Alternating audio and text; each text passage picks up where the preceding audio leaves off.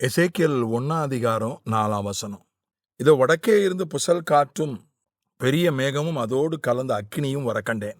அதை சுற்றிலும் பிரகாசமும் அதன் நடுவில் அக்கினிக்குள்ளிருந்து விளங்கிய சொகுசாவின் நிறமும் உண்டாயிருந்தது. இந்த இடத்துல ஒரு ஆண்டவருடைய மகிமைய அவன் வர்ணிக்கிறான். அதை வர்ணிக்கும் போது அதை ஒரு ஓமானத்தோடு உதவியோடு கூட வர்ணிக்கிறான். ஆண்டவருடைய மகிமை எப்படி இருந்துச்சு தரிசனத்துல. ஒரு பெரிய புயல் காற்று, அந்த புயல் காற்றுல ஒரு பெரிய மேகம், அதோட ஒரு பெரிய புயல் காற்றையும் ஒரு பெரிய மேகத்தையும் நெருப்பையும் கலந்தா எப்படி இருக்குமோ அதை சுற்றி ஒரு பிரகாசமும் இருந்தா எப்படி இருக்கும். சுற்றி பிரகாசம் சொல்லும்போது இது ஒரு வட்டம் போல இருக்கு. அந்த புயல் காற்று, பெரிய காத்து, மேகம், நெருப்பு மூணையும் கலந்த ஒரு வட்டம். அது ஒரு மொழிபெயர்ப்பில் ஃபயர் பால் அப்படின்னு போட்டிருக்கு. அதை சுத்தி ஒரு பிரகாசம்.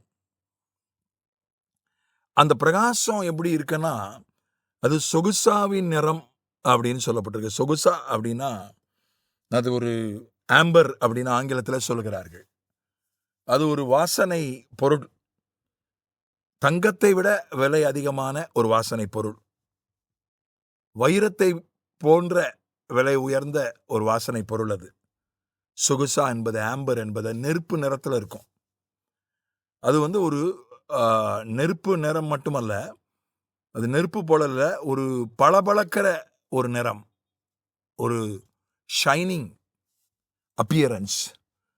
அந்த பிரகாசம் எப்படி இருந்துச்சுன்னா ஒரு நெருப்பு பந்தை சுற்றிலும் ஒரு பளபளக்கிற, ஒரு மினுமினுக்கிற ஒரு தோற்றத்தை அவன் பார்த்தான்.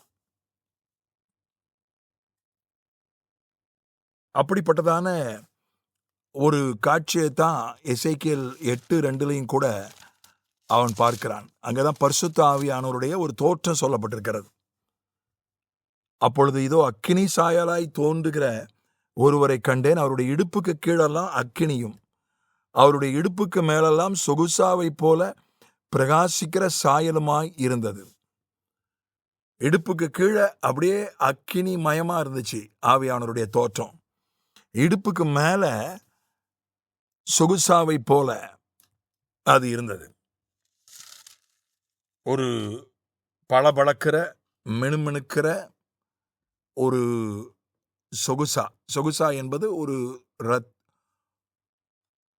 வைரத்தை போல விலை உயர்ந்த ஒரு விதமான வாசனை பொருள். ஆனால் அது உலோகத்தை போல உறுதியா இருக்கும்.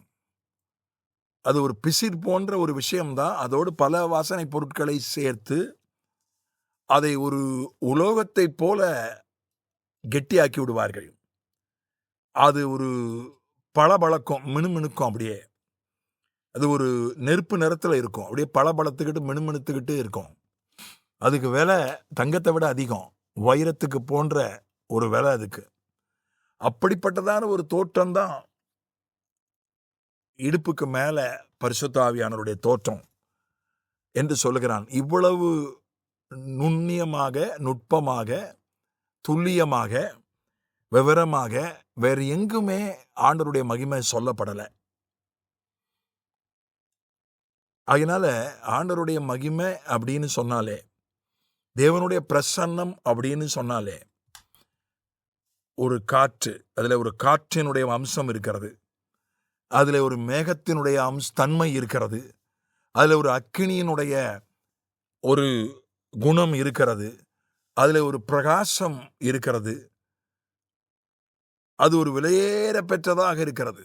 எப்படி ஒரு சொகுசா என்பது தங்கத்தை விட விலை அதிகமோ, தேவ பிரசன்னம் என்பது விலையேற பெற்றது.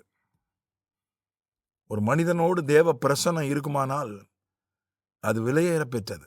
அந்த மனிதன் விலையேற பெற்றவன். நிறைய பெண்கள் நகைகளை போட்டுக்கிறாங்க. இப்போ அந்த பழக்கம் குறைஞ்சி போச்சு இந்த தலைமுறையில். இதுக்கு முந்தின தலைமுறையில் பார்த்தீங்கன்னா, தென் தமிழகத்து பெண்கள்லாம் பார்த்தீங்கன்னா 100 சவரம் போட்டிருப்பாங்க, 100 பவுன். கழுத்தில் பார்த்தீங்கன்னா 25 பவுனுக்கு கழுத்தில் தாலி செயின் போட்டிருப்பாங்க. மாட்டுக்கு போடுற கயிறு மாதிரி இருக்கும். ஆனா இந்த தலைமுறையில அப்படி கிடையாது. இந்த தலைமுறையில அளவு பெருசா போடுறதில்ல. பிளாட்டினம், வைரம் இப்படி போடுறாங்க. ஆனா விலை அதிகம். கோடியில கூட இருக்கும் விலை. அந்த மாரி வைரக்கற்கள்லாம் பதிச்ச நகைய ஒரு நகை போட்டா கூட ரூ. 1,00,00,000 இருக்கும் அந்த விலை. அப்படி போடுறாங்க. விலையேற பெற்ற ஒரு நகையை போட்டுக்கொண்டால் நாம் விலையேற பெற்றவர்கள் என்று நினைக்கிறாங்க. விலையேற பெற்ற ஒரு கார் வைத்திருந்தால் பிரசங்கியார் ஒரு விலை உயர்ந்த கார் வாங்கிவிட்டால் அவர் என்னமோ அதுதான் பெரிய ஆசீர்வாதம், அவர் உச்சத்தை தொட்டு விட்டேன் என்பது போல அவர் நினைக்கிறார், அதை பகிர்ந்து கொள்கிறார்.